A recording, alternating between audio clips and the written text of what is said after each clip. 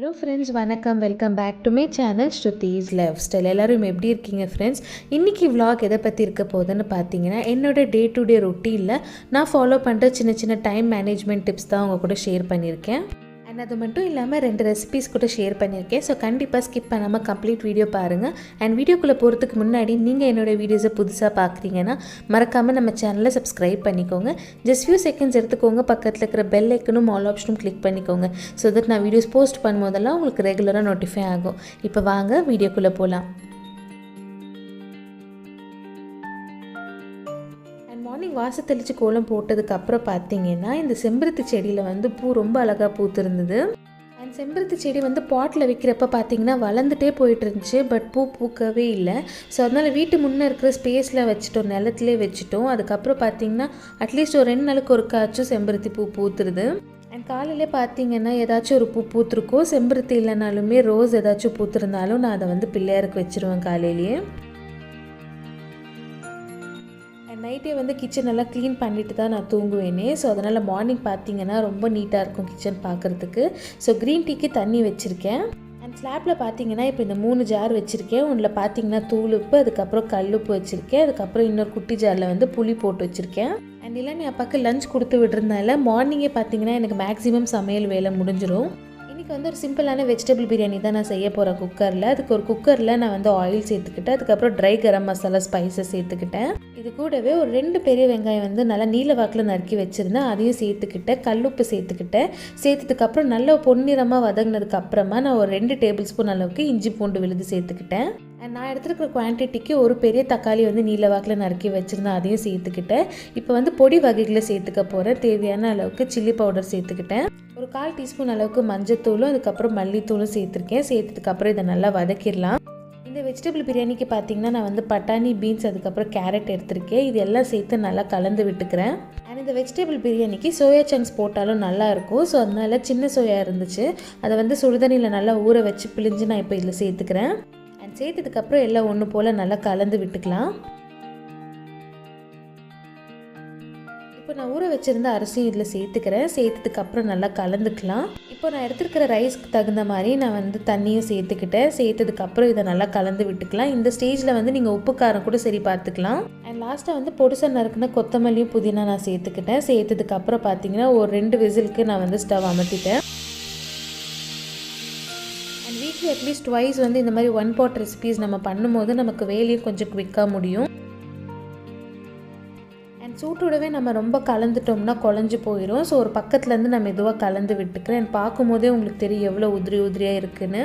And இது கூடவே சுண்டலும் கொடுக்க போகிறேன். ஸோ நைட் கருப்பு சுண்டல் ஊற போட்டிருந்தேன். அதை தான் இப்போ தாளிக்க போகிறேன்.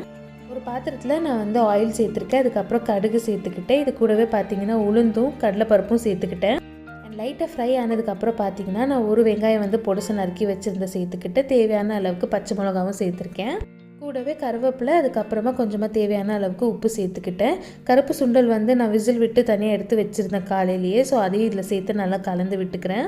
அண்ட் இதுக்கப்புறம் கம்ப்ளீட் டேயில் பார்த்தீங்கன்னா சமைக்கிற வேலை அந்த அளவுக்கு இருக்காது. பாப்பாக்கு மட்டும் ஏதாச்சும் லைட்டாக செய்கிற மாதிரி இருக்கும், அவ்வளோதான்.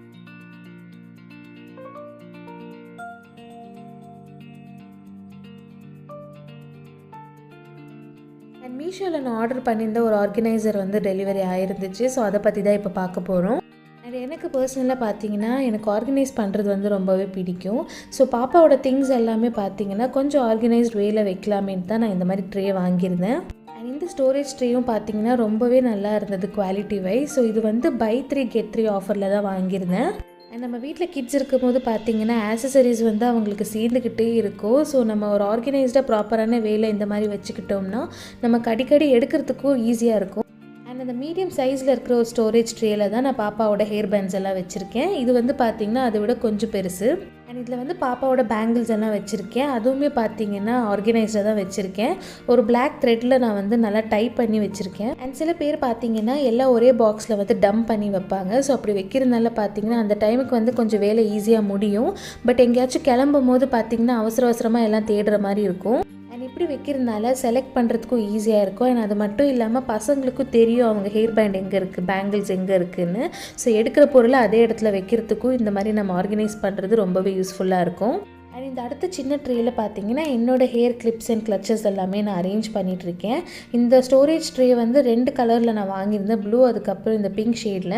அண்ட் 3 சைஸஸில் வந்து அவைலபிள் இருக்குது. இப்போ நான் காமிச்ச சைஸஸில் தான் அவைலபிள் இருக்குது. ஸோ இப்போதைக்கு நான் இந்த மாதிரி தான் அரேஞ்ச் பண்ணி வச்சுருக்கேன். அண்ட் இந்த மாதிரி ஃப்ரீ டைமில் இந்த மாதிரி சின்ன சின்ன ஆர்கனைஸ்டாக நம்ம வந்து வச்சுக்கிட்டோம்னா எங்கேயாச்சும் கிளம்பும் போது, அதுவுமே பார்த்திங்கன்னா கிட்ஸ் வச்சுட்டு இருக்கும் போது நம்ம கரெக்டாக பிளான் பண்ண மாதிரியே கிளம்ப முடியாது. ஸோ இந்த மாதிரி சின்ன சின்ன விஷயங்கள் நம்ம ப்ரீ பிளான்டாக பண்ணும்போது அந்த டைமில் வந்து ரொம்பவே ஈஸியாக இருக்கும்.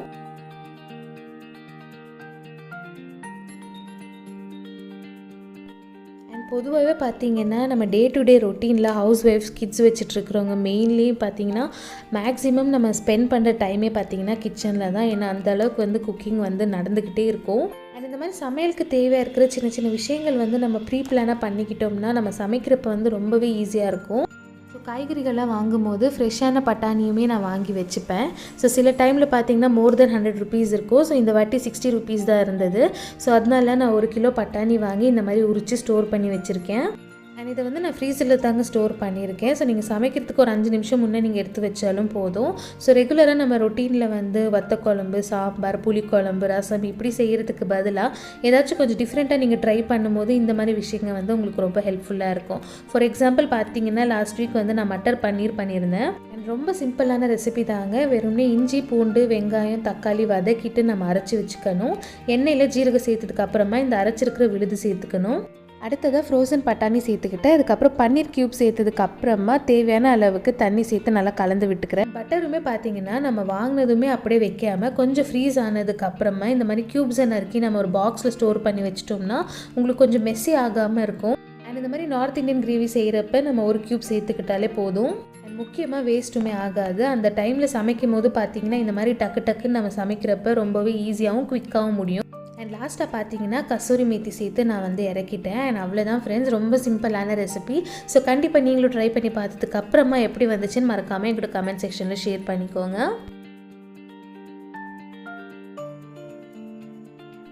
அண்ட் கிட்ஸ் வச்சுருக்கிறவங்களுக்கெல்லாம் தெரியும், ஒரு டே ஃபுல்லாக நம்ம வந்து பசங்களோட தான் ஆக்குப்பைடாக இருப்போம். அதுக்கு நடுவில் நமக்கு தேவையாக இருக்கிற விஷயங்களும் நம்ம செஞ்சுக்கிட்டு இருப்போம்.